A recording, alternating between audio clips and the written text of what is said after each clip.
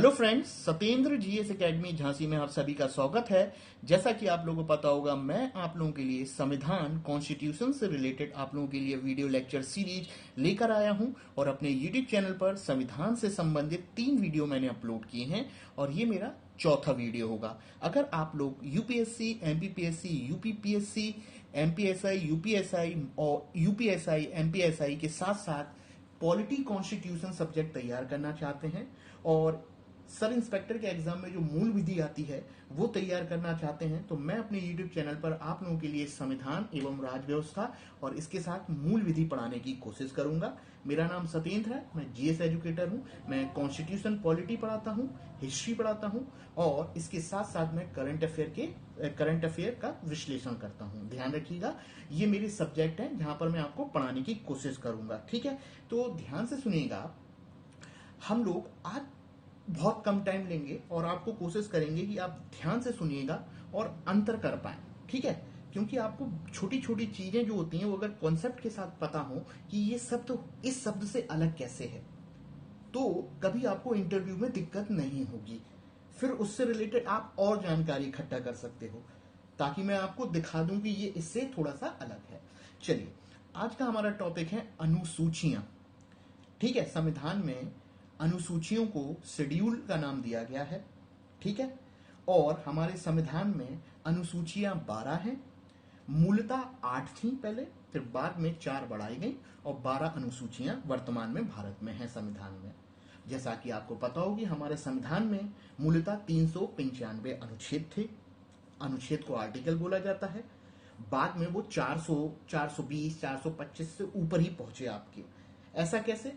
जैसे कि आपको पता हो कि 395 अनुच्छेद हैं।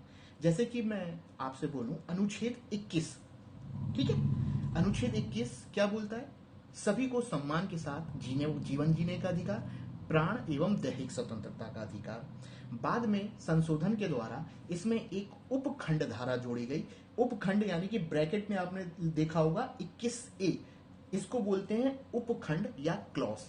और 21A में क्या बोला गया? सभी को शिक्षा जो होगी फ्री मिलेगी 6 से 14 साल के बच्चों के लिए। अनिवार्य शिक्षा की बात करी गई है। ठीक है, ध्यान से, 6 से 14 साल के बच्चों के लिए। ठीक है, इतनी बात बोली गई है।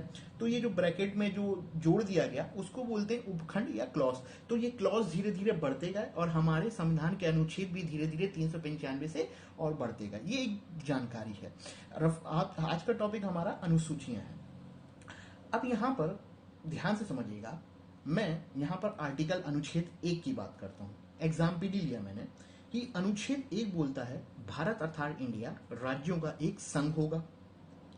या मैं ये बोलूं कि संविधान का अनुच्छेद 5 से 11 जो है वो आपको नागरिकता से संबंधित जानकारी देता है और आगे आपके मौलिक अधिकार वगैरह हो गए, वो आगे हम लोग डिटेल में बात करेंगे। ठीक है, तो अनुच्छेद 1 को फिर से आते हैं वापस। भारत अर्थात इंडिया राज्यों का एक संघ होगा। अब भाई, कितने राज्य, कितने संघ, किसकी कितनी सीमा होती है, यूनियन क्या है, फेडरल क्या है, ये जो कंप्लीट जानकारी है या विस्तारित जानकारी है उस अनुच्छेद से संबंधित या अनुच्छेद 1 से 4 से संबंधित की जो विस्तारित जानकारी जो है वो हमें अनुसूची नंबर 1 देगी। ठीक है, ध्यान से समझिएगा मैंने क्या बोला कि अगर मैप पे देखोगे, मैप पे 2 राज्य तो है नहीं है, 3 राज्य तो है नहीं है, 29 आपके 29 राज्य हैं और केंद्र शासित प्रदेश भी हैं। तो किसकी किससे सीमा, कितने राज्य होंगे, कौन सा स्पेशल स्टेटस वाला राज्य होगा, किसकी किससे सीमा मिलती है। ठीक है, कितने केंद्र शासित प्रदेश या संघ शासित प्रदेश होंगे, संघ शासित प्रदेश यानी कि यूनियन टेरिटरी होगी, और कैसे 2 राज्यों को मिलाया जा सकता है, कैसे उनको नाम चेंज किया जा सकता है। ये जो एक्सपेंडेड या विस्तारित जानकारी जो होती है अनुच्छेद की, वो हमें प्राप्त होती है अनुसूचियों से। ठीक है, ये मैंने आपको बताया। फिर से ध्यान से सुनिएगा। ठीक है, अनुच्छेद 1 भारत तथा इंडिया राज्यों का संघ। अब जब इस अनुच्छेद को एनालिसिस करेंगे, विस्तारित करेंगे, तो अनुसूची नंबर 1 जो होगी आपकी, वो इनके बारे में विस्तार में जानकारी देगी। ठीक है, ध्यान रखिएगा। इतनी बात हो गई। जैसा कि आपको पता हो कि मैंने बोला अनुसूची नंबर 1।